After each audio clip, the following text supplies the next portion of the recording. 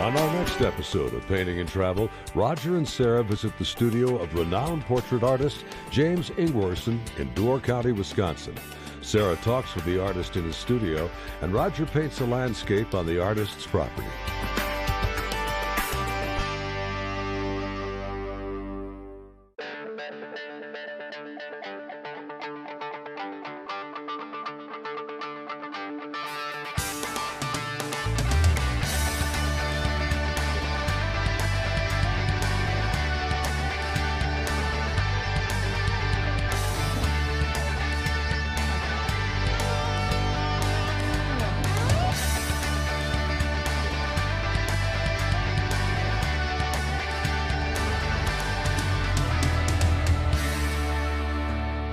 Artists and tourists alike will find many wonderful vistas here in Door County, Wisconsin. Behind me, you'll see the handsome studio of an artist that I'll chat with later. And Roger, on this very same property, has found an interesting building to paint.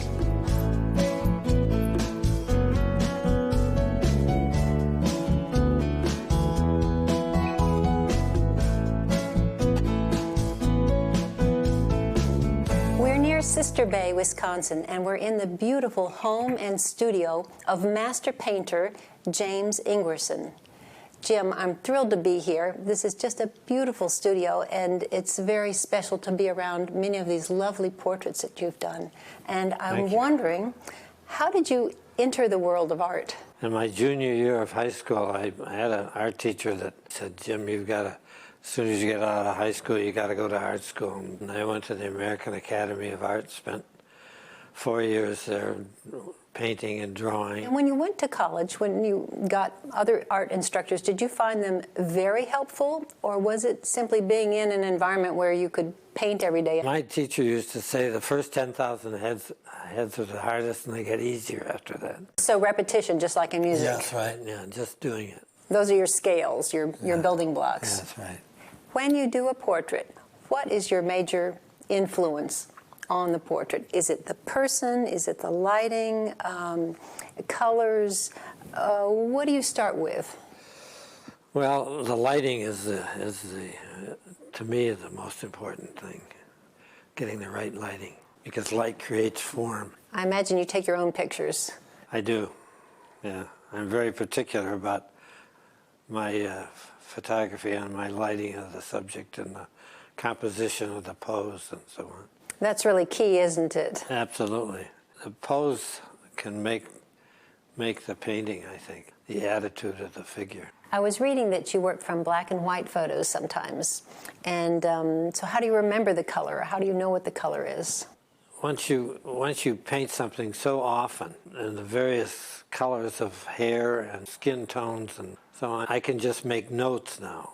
So you have a color memory? Yeah, I do, yeah. The reason I don't use color photographs is because they influence, they're liable to influence me, and I don't like those colors in the color photograph. I prefer to make up my own color. And anyway, color is arbitrary. You get 10 artists painting the same subject, and they're going to use a different palette and different colors to create the illusion of that person. And so color is very arbitrary. The critical thing is getting the values right.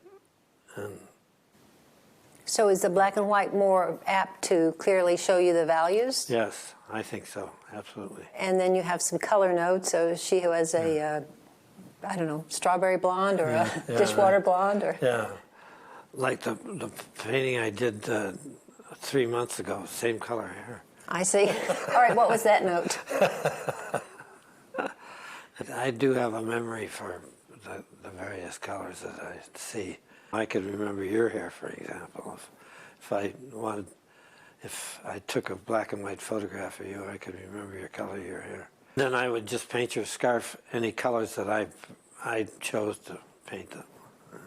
You would choose what would make the portrait strong, and this isn't important. Yeah. But the shadows and the light would be important. Yeah, right. And the drawing. And the drawing. And the drawing. Yeah. And so you might make a pastel sketch to begin with? Well, sometimes if I do a a 3/4 length. If I work on a 3/4 length portrait, I'll make a little 8x10 sketch just to solve a few of the problems. What's an example of a problem? The tonal thing. How you're gonna, what values you're gonna have in the foreground, the background, and on the figure. So that's already the primary problem you might have, or that's the most important feature to you, the tonal values. You're not worried about what the shape of the nose is or the... Oh yeah, well, you're always worried about that. Yeah, right. Yeah, you got to get that nose right. Mm-hmm. On a daily basis, what keeps you going as far as the joy of putting the brush to the canvas? I think there's nothing more exciting than if you're into it and you're getting it and everything is working and it's really exciting. You end up and you say, wow, that looks pretty good. You feel like you're in your zone. Yeah, right. Mm-hmm. Everything's working. Mm-hmm. That's wonderful. Yes. I'm going to paint this great looking barn today. It's got the stone on it, it's got the concrete silo, beautiful blue sky, and right back here is Jim's studio.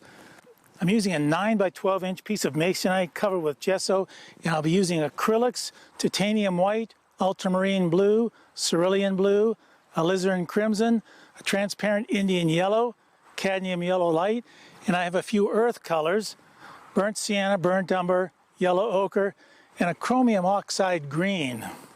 It's a very opaque green. Well, I have some trees right behind me, and I know that sun's going to be behind the trees, so I'm going to get started right now. I often like to tone my board with some burnt sienna, and one of the easiest ways to do that I've found is just to squirt a bit of burnt sienna out on the board itself, and I spray it, so I can just wipe that in there, and that'll give me a nice undertone to that grassy area. I think I will skip the area of the sky because I don't need any of that burnt sienna bleeding through the sky, although it would be okay if it were up there. I would just cover it over. Now, since this is acrylics, it's going to dry super fast, and while that's drying, I'll take a larger brush and I'll place in the sky. Ultramarine blue and cerulean blue. It's a very brilliant sky today. I want to use quite a bit of paint here on the sky. Earlier I took my pencil and charcoal and I sketched the barn and the silo in quite accurately, because one of the most important parts of a painting to start with is your drawing. So I wanted to get the drawing as accurate as I could, and it just saves a lot of time in the end. If I get a good solid drawing on there, I won't have to make changes, or hopefully I won't have to make changes. Now I am going to lose some of my pencil marks here as I paint, and it's often a good idea to put the pencil marks fairly dark on a canvas or a board like this before you start, just so when you paint, some of those lines will continue to show through. Now it's only been, what, less than a minute. That's totally dry because that was very thin. It really doesn't make a lot of difference what I start with next. I most often start with my darks and work to my lights, but in this case I did put in the sky first. I think I'll just start with the big areas this time. The roof to me appears to be sort of a middle tone, so I'm going to mix up some blue and some burnt umber. It's quite a warm color, so I'm going to mix some burnt sienna, a few other colors in with that. Now this is a middle tone gray here. I think it may be slightly darker than a middle tone. So I use this middle tone gray here to gauge what I think will be the right color in here as far as the value goes. And I don't want that to be a solid color. I want, because it is made up with shingles and things like that, so I'm going to mix some of this paint around and put some passages where it's a bit warmer, some where it's a bit cooler. I'm not going to worry about this too much, because my goal at this point is to get things covered so I can start evaluating the values of the painting to see whether they will need adjusting. And until I get more paint on there, I really won't know what needs adjusting until everything is covered. Here we have a beautiful shadow coming across this silo. I love that shadow. How it just curves down. Since this sun is moving so fast across the sky, this shadow is going to change very quickly. I'm using a bright, and it's got a nice chisel point on it. And with that chisel point, I can make a good sharp line. Here's the eave of the far side of the barn. Well, I've got that dark out. We have this tank here, which is slightly tipped, slightly askew there. That adds some nice character.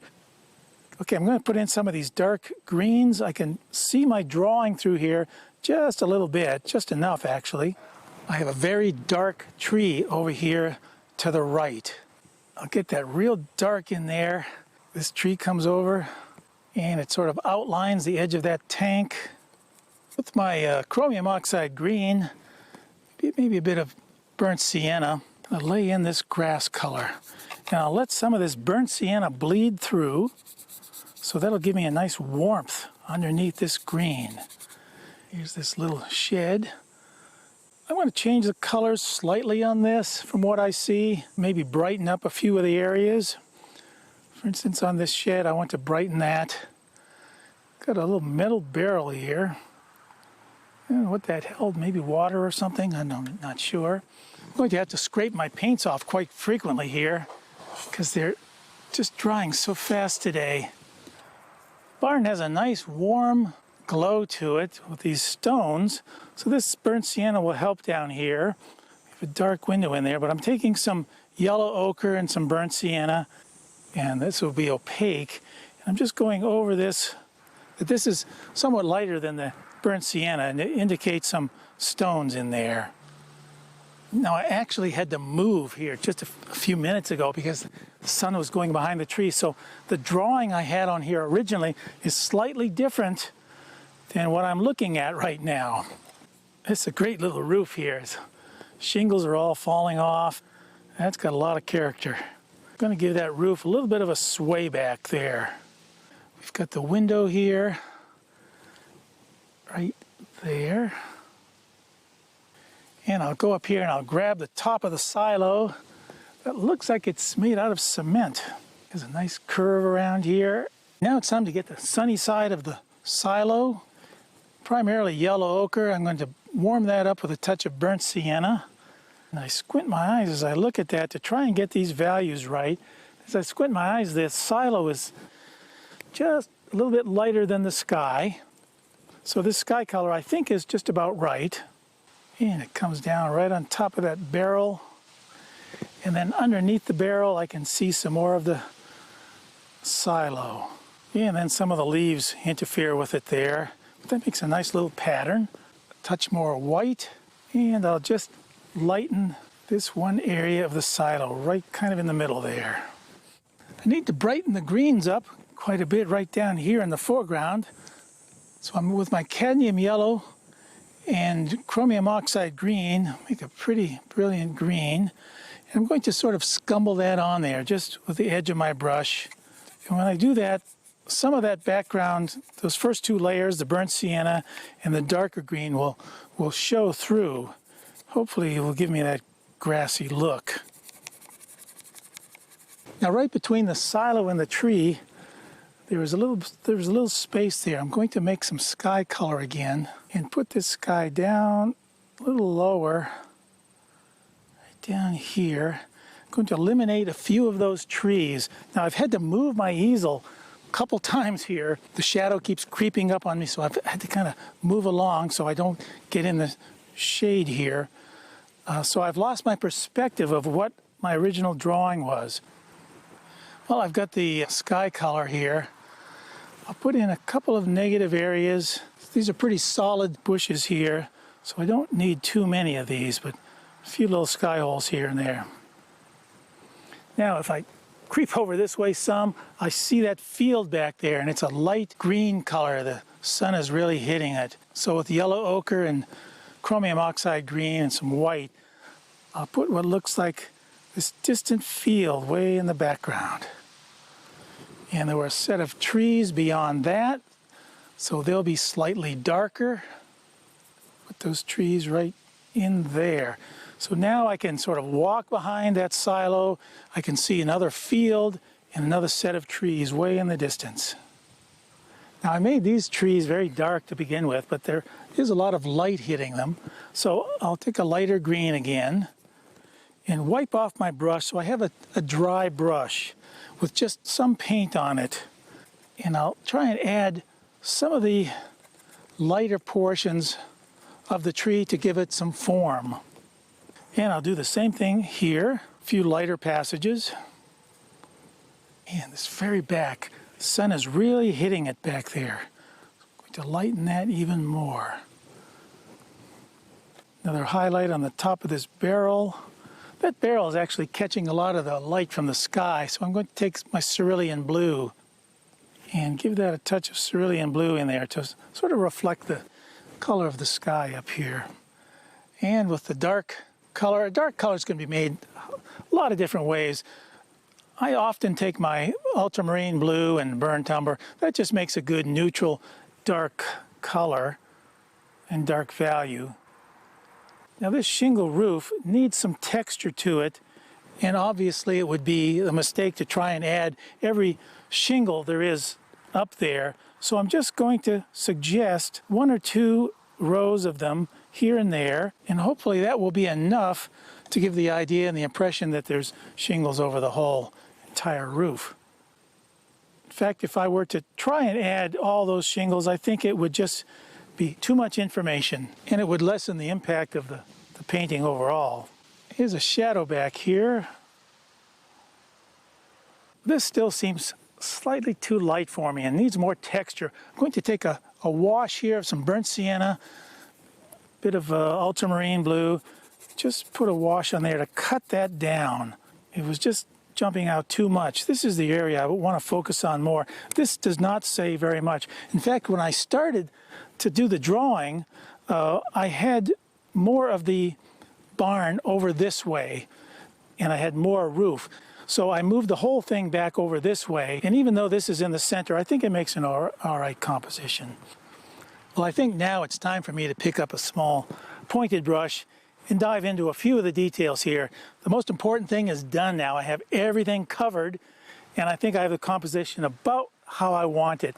Some things are kind of nondescript here right now, for instance this barrel, and so I just use those large areas to begin with, block them in. Now it's time to go back and describe them a little better. Well, the sun is starting to go down behind these trees again, and I'm starting to get a shadow here. So I'm going to move my easel one more time, and we'll see if I can finish this piece at least far enough where I can take it back into the studio. Okay, I've moved up a little more now, hoping to beat the shadow of this tree as the sun goes down. Here we have a nice dark shadow right across here. Got this rim across the top, and that oval goes around, and I'm always careful when I paint an oval that I just don't go from one side to the other and stop. I want to get that feeling that that oval goes all the way around. So when I paint it, I start the stroke here, and I feel it going around. Although I lift up my brush so I don't get the paint on the other side, I really take it and I feel like it's coming around the other side. Same way this way, I take it here, I'll lift my brush up, but I'll sort of pull it back this way. That'll give me that nice oval. This one's a little different, but close to being the same. This one goes out straight here, and then it curves back and around. The nice thing about working with oils is that I wouldn't have to mix all my colors again and again because they would remain wet. But these colors here, they dry almost that fast. So I think that is one real disadvantage to using acrylics. But there are many advantages too, because as you could see, I started out with a burnt sienna color down here. I added a second color and then a third color. So I can layer this and put many, many washes on here and not have to wait for days for that to happen. Right here we have some rungs that are used to climb up to the top of the silo, something I would not really want to do. I do have a few of the dark shingles on here. Let me place a few of the lighter ones. At this point, I'm grabbing lots of colors. It's almost too fast to tell you what colors I'm grabbing, but what I'm trying to do is get kind of a neutral middle tone color in here, middle tone value and middle tone color. In other words, I don't want it too warm. I just want kind of a gray color, but lighter in here. So I'll take and put a few of those shingles, just a touch here and there. On an older barn, these shingles would probably be lifting and deteriorating some. It's not the case on this barn, but in a painting, I'm going to change that a bit. Use a little bit of artistic license to bring that out, just to see those shingles. And maybe at the very top, add a few more.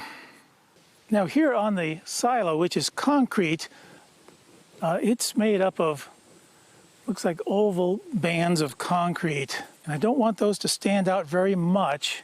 And they're quite a warm, it's sort of warm in value, so I'll use some warm tones here. And again, I'll go around the silo, go around this silo and pull back.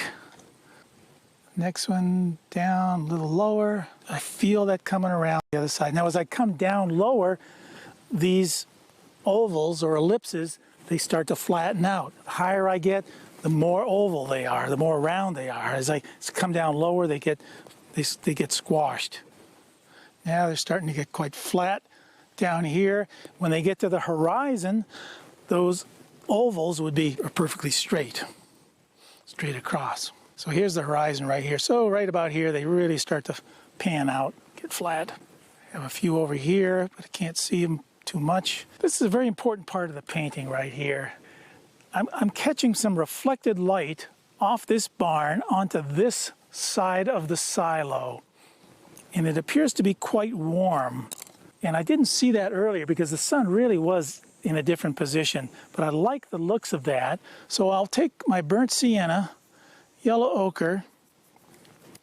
I'm going to lighten this side of the silo, maybe with a touch of white, right down in there. Give some of that reflected light bouncing off the side of the barn right there. And I think I'll take that same color, although I'm not seeing it nearly as much. I like that, so I'm going to put that right on this side as well. Now this just does not appear to be the right color. I think it's too warm. A lot of this shadow here is not only catching light from the side of the barn, it's catching a lot of light from the sky. And since the sky is blue, I think this is too warm. So maybe a bit of cerulean blue might do the job. I'll spray my board. And here, this is all dry. Even that I just put on there just a second ago, it's dry. So, but I can put a wash of this cerulean blue right over this. And I think I'm going to add a touch of white. Just put a wash here and soften this edge.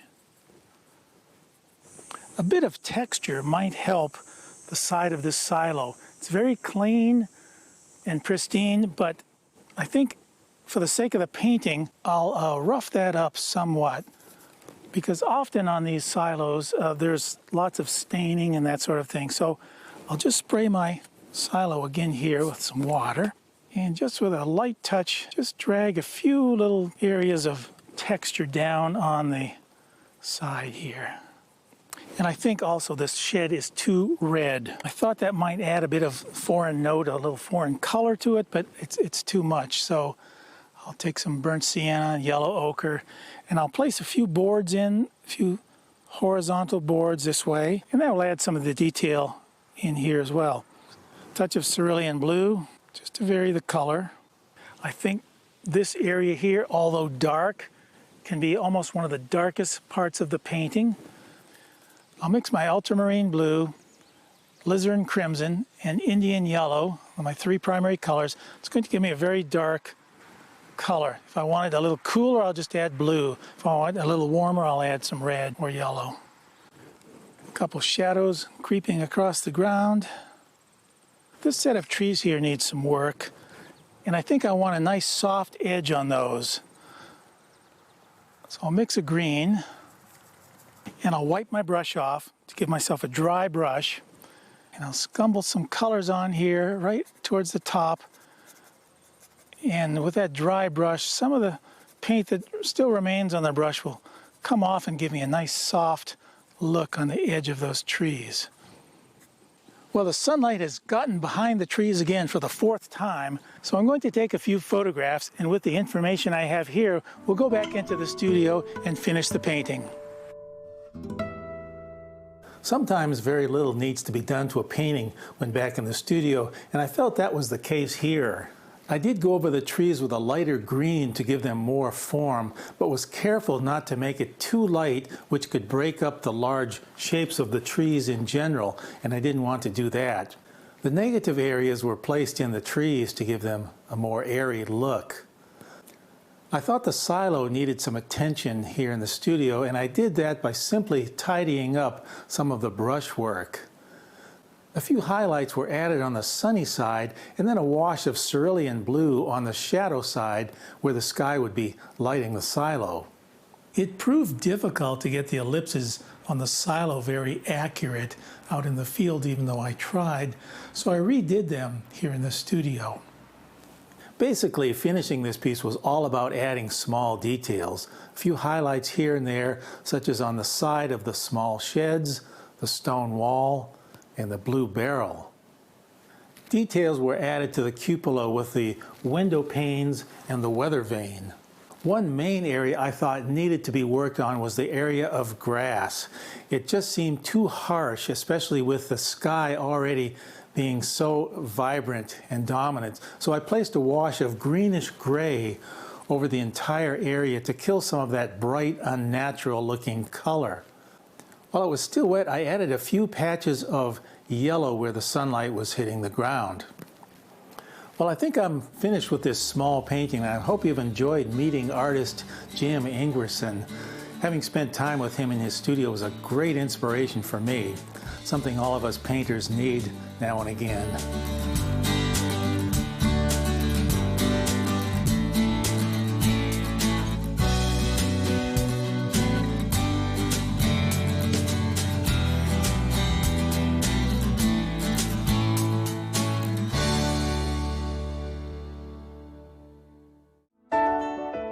For more information about painting and travel with Roger and Sarah Bansemer, visit paintingandtravel.com.